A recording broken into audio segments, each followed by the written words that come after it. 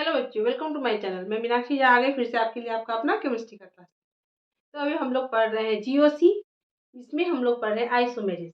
Isomerism में भी अभी हम लोग क्या पढ़ रहे हैं, आज से हम लोग पिछले क्लास में स्टार्ट हो गया था। मैंने डिफिनीशन लिखा दिया था, हल्का मैंने इसका इंट्रोड्यूस करवा दिया था, स्टीरियो आइसोमर।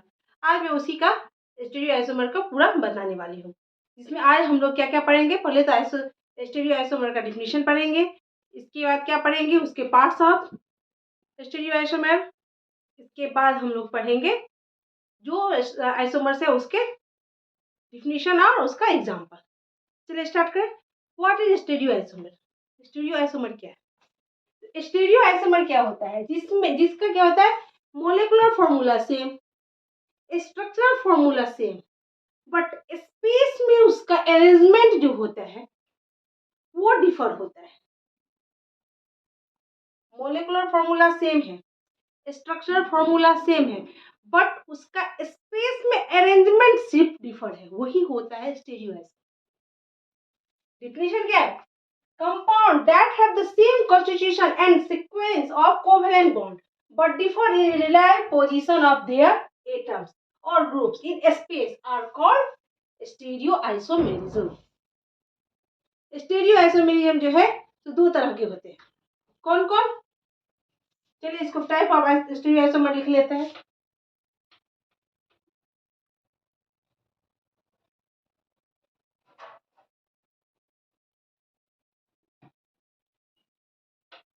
इसको टू पार्ट में डिवाइड किया गया। मैं पिछले क्लास में भी बता चुकी हूँ आप लोगों को, फिर से बता रही हूँ, ठीक है। इसको टू पार्ट में डिवाइड किया गया। कौन कौन होता है? एक होता है कन्फॉर्मेशनल आइसोमेरिज्म और एक होता है कॉन्फिगरेशनल आइसोमेरिज्म। कौन कौन होता है बच्चों? एक होता है कन्फॉर्मेशनल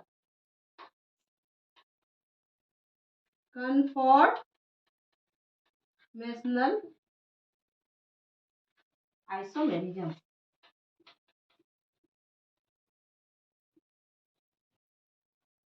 एक होता है कॉन्फिगरेशनल।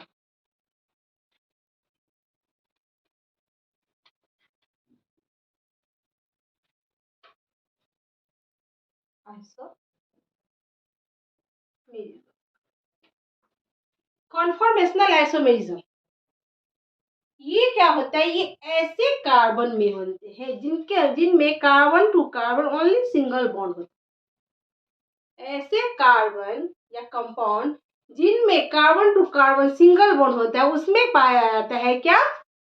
Conformational isomerism. बट ये एक ही पार्ट में होता है, इसे जो है सेपरेट किया जा सकता है, आसानी से किया जा सकता है, बट सॉरी इसको सेपरेट नहीं किया जा सकता है। कन्फॉर्मेशनल आइसोमेरिज्म को सेपरेट नहीं किया जा सकता है। और कॉन्फिगरेशनल आइसोमेरिज्म हो जाए क्या होते हैं, इसको टू पार्ट में डिवाइड किया गया है। ये सिंगल है, ये ऐसे कार्बन में होते हैं found in carbon to carbon carbon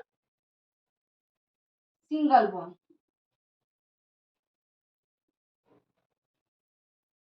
carbon to carbon single bond जहां होता है वहां ये पाए जाते हैं ऐसे कंपाउंड में। इसको फिर टू पार्ट में डिवाइड किया गया है। कौन कौन सा? एक होता है ज्योमेट्रिकल आइसोमेरिज्म, एक होता है ऑप्टिकल आइसोमेरिज्म। क्या होता है? ज्योमेट्रिकल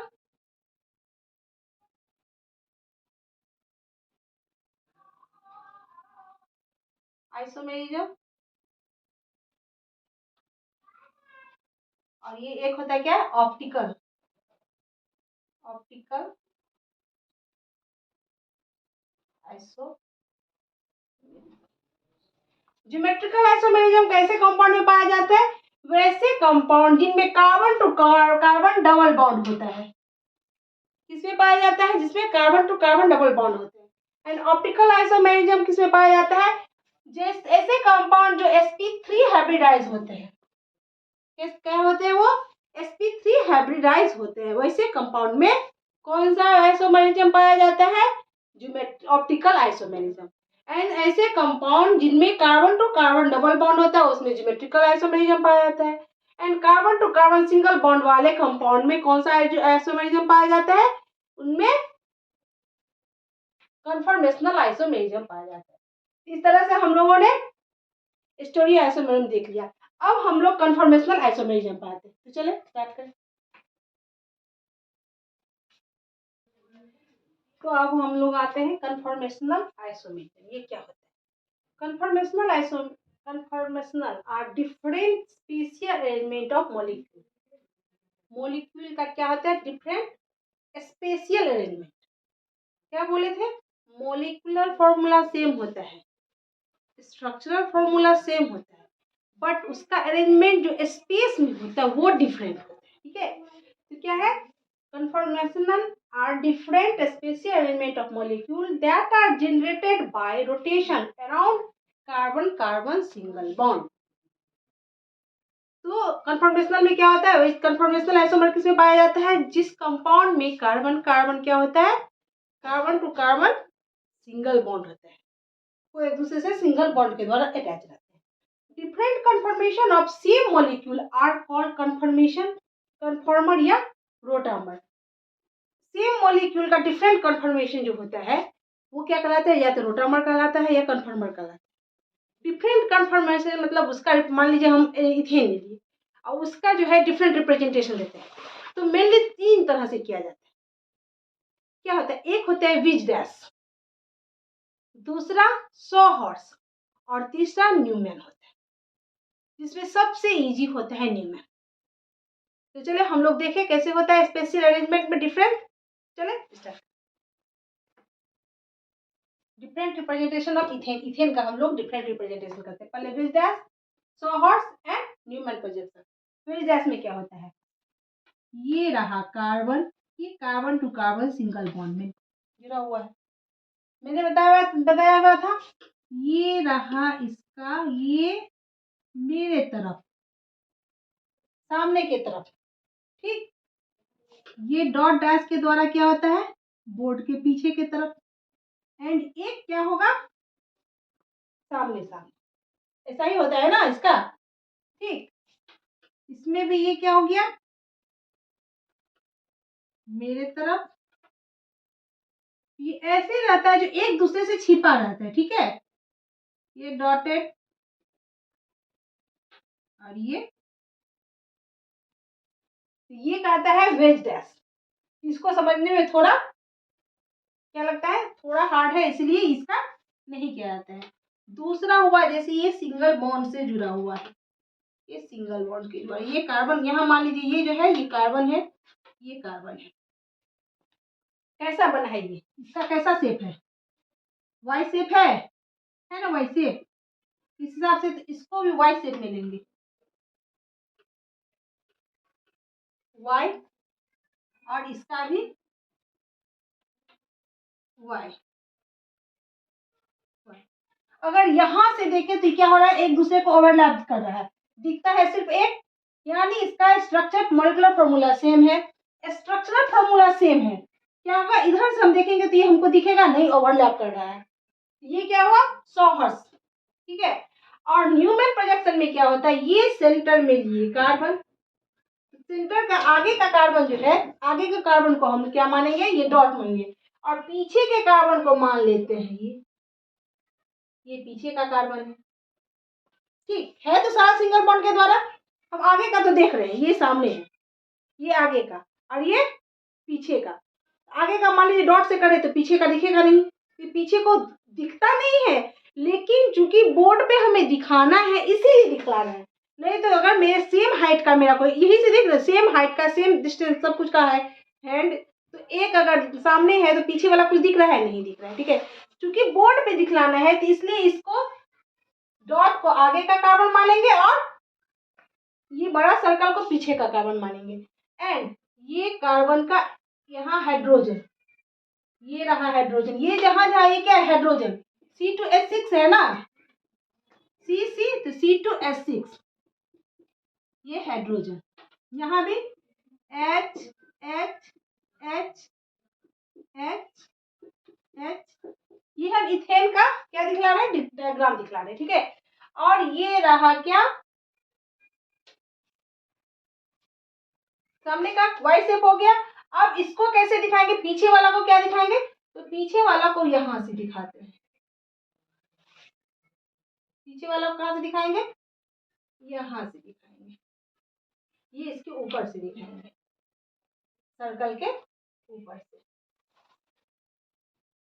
दिख नहीं रहा है, लेकिन चूंकि हमें दिखाना है, क्या करना है, दिखाना है बोर्ड पे, इसलिए। तो ये 3 क्या होता है, शेप होता है इसका, wedge dash, sawhorse and Newman projection. ठीक है, इसका भी डिफरेंट क्या होता है, प्रोजेक्शन होता है, डिफरेंट टाइप का होता है, उसको मैं अब आगे बताती हूँ। क्या है, इथीन का कन्फॉर्मेशनल स्ट्रक्चर आइसोमर इन्फिनाइट है, बहुत सारा है, उसका काउंटिंग नहीं है, बट मेन एक्सट्रीम 2 कन्फर्मेशन है, 2 कन्फर्मर है। कौन कौन 2 है, एक होता है इक्लिप्स्ड और दूसरा क्या होता है, स्ट्रेगर्ड। वैसे तो क्या है, इन्फिनाइट है, लेकिन एक्सट्रीम 2 होता है, एक होता है इक्लिप्स्ड, एक होता है स्टैगर्ड। इक्लिप्स्ड में मैंने अभी बताया है, फिर से मैं बताऊंगी, जो एक दूसरे से ऐसी दूरी पे रहते हैं, एज सुन एज पॉसिबल, जो दिखे नहीं, इस हिसाब से रहते हैं। और स्टैगर्ड में होता है, सॉरी, इक्लिप्स में इतना नजदीक होते हैं, क्लोज रहते हैं, जो दिखे नहीं, एक दूसरे को ओवरलैप कर लेते हैं। और स्टैगर्ड में क्या होता है, जितना पॉसिबल हो उतना दूरी रहता है दोनों के बीच में, 60 डिग्री की पोजीशन पे रहता है। तो फिर फिगर के साथ दिखलाए थे, पहले इसका क्या है, डिफिनेशन लिख लीजिए। पहला क्या है, they are infinite formation of ethane, यहाँ था, इथेन का क्या फॉर्मूला होता है, C2H6, ठीक। 2 extreme conformation are eclipse and staggered, 2 होता है। इक्लिप्स क्या होता है, eclipse conformation where hydrogen atom attached to 2 carbons are as close together as possible, जितना पॉसिबल हो उतना क्लोज रहता है एक दूसरे से, उसे क्या कहते हैं, इक्लिप्स कहते हैं। एंड स्टैगर्ड क्या होता है, conformation in which hydrogen are as far apart as possible, जितना दूरी हो सके उसे क्या कहते हैं, स्टैगर्ड कहते हैं। तो पहले हम बारी बारी से दोनों का देखते हैं, स्टैगर्ड कन्फर्मेशन है इक्लिप्स्ड।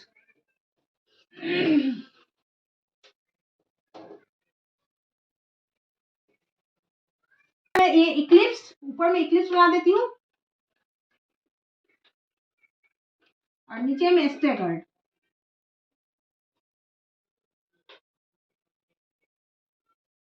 स्टैगर्ड, ठीक है।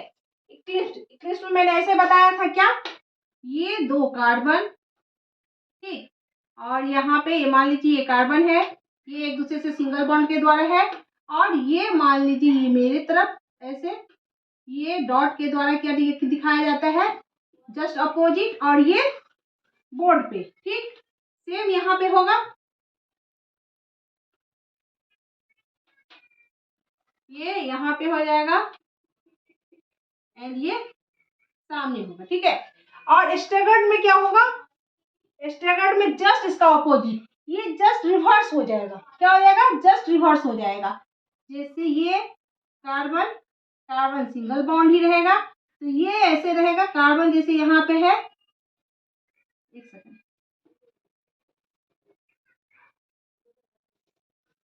कार्बन है, स्टैगर्ड फॉर्म में इसका जस्ट रिवर्स होगा, जैसे यहाँ पे ये है डॉट, ये सामने, ये नीचे, ये जस्ट इसका अपोजिट, डॉट डॉट, जितना दूर हो सके उतना दूर, जितना पॉसिबल हो सके उतना, ये स्टैगर्ड।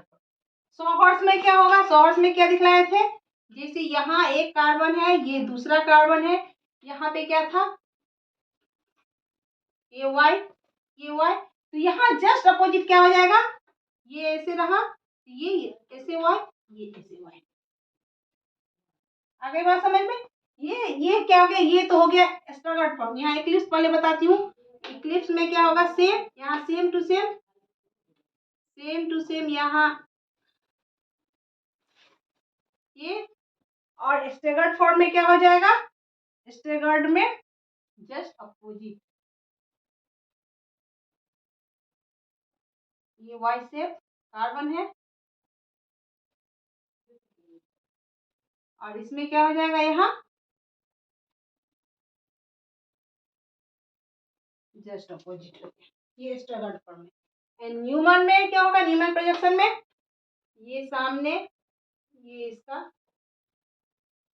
कैसे शो करेंगे, इसको ऐसे शो करेंगे, ये वाई,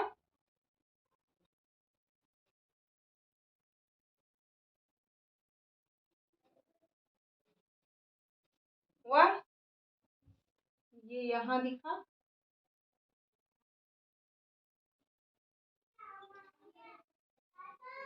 हो गया। और यहाँ पे ये न्यू में स्टगर्ड में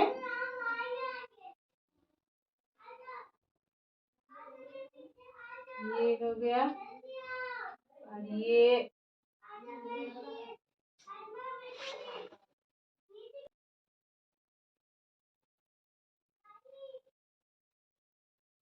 जैसे तो, और ये न्यूमेन में क्या होगा, इसका जस्ट ऑपोजिट, ये ऊपर,